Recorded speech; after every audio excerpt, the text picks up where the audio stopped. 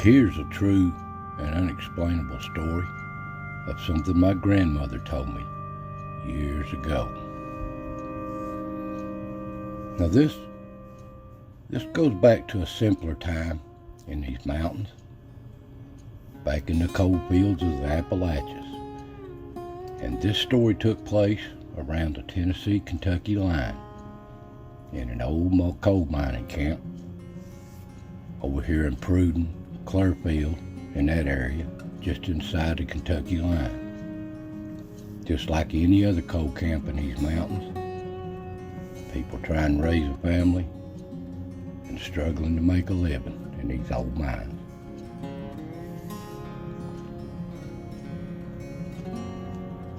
This happened back in the mid-30s. This is a tale of a ghost seen wandering the coal mining camp at night or early in the morning before daylight. Now my grandmother and them, they hadn't been married that long, and they moved into this little coal mining camp in an old farmhouse up in the head of a holler. It was supposed to be the last house up in this holler. And they looked up and got it, and they just starting a family. And he just starting in these old mines in this area. He'd been working off and on. Well, one morning, she usually walks him out to the fence and kiss him goodbye, because you never know if he'll come home in the evening, these old coal mines. So they always say their goodbyes and kiss early in the morning. Well, they happened to notice and heard something walking up the road towards them. And it was a woman in white. Really didn't have a face expression, and it kind of surprised them at first, but it just kept walking, come right by them, within probably 5 or 10 foot by them, she said, and just kept walking.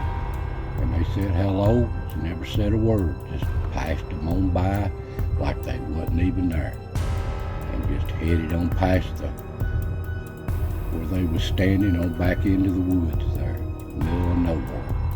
And it kind of puzzled them. What in the world would somebody be out at 5:30 in the morning walking these old woods?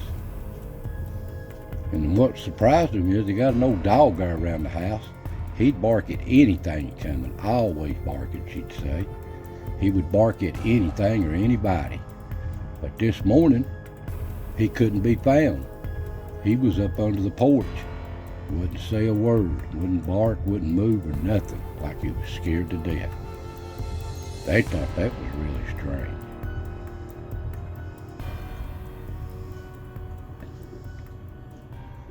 Well, he thought he'd head on to work. He didn't want to be late, so he being a new worker and all. So he took off down the road and head across the hills, a shortcut, heading on to the mines to work. It wasn't but about a mile away. And she pondered there before she went back to the house, what in the world is going on here? Never seen such a thing, and it was kind of weird, so it puzzled her awful. So, after she got her chores done, the kids settled down, she thought she'd head down to the store here. She had to go anyway, down to the company store and get a few things, do a little trading, they call it. She got down here to the company store. It's always crowded in the afternoon. She always hated going in the afternoon to trade. But anyway, after she done her trading, she got to talking what few friends she knowed, some new people, and they told them about what was going on, what they seen this morning, and they come to tell her that she don't live at the end of the road. There's more people that lived on past her at that time. And there was a family that died there, got burned up in a house fire about 20, 30 years ago. And all of them died in that house. She said that was queer. That's just a word for country people saying stuff is strange or weird. So she's thinking, well, I've seen a haint, sure as the world. That's just an old country saying, I've seen a haint for sure. So she waited till her husband got home. He got home from work, got cleaned up, got him fed, got everybody settled down. So him and her gonna take them a little walk back there and see what was back there on past the house. You know, they thought they was at the end of the lane, but evidently they wasn't. So they walked about a half a mile down this old road. It just turned into an old path. Been a long time since it'd been used. And they come up on an old house seat that had been burnt down. All it left was a chimney. So people around there did tell her the right story. So she was convinced that she'd seen a haint, and she wouldn't have it no other way. So that was her story she told me, and she had no reason to ever lie to me. Well, being the pioneer woman that she was back in that day, that's just the way people was in these mountains. She was convinced she'd seen a haint and couldn't have it no other way. And she just always feared it was a bad omen to her or her family. But they never seen this again.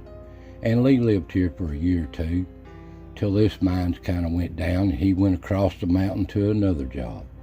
You could go anywhere if you was a good worker back in them days, one mines to another. But anyway, I hope y'all enjoyed this little bit of the history of this story. This is a true story, unexplained. A lot of people lived hard in these mining camps and these mines, and a lot of tragedies ensued that we even know nothing about, forgotten in time. So I thank y'all for watching, and I'll see you next time.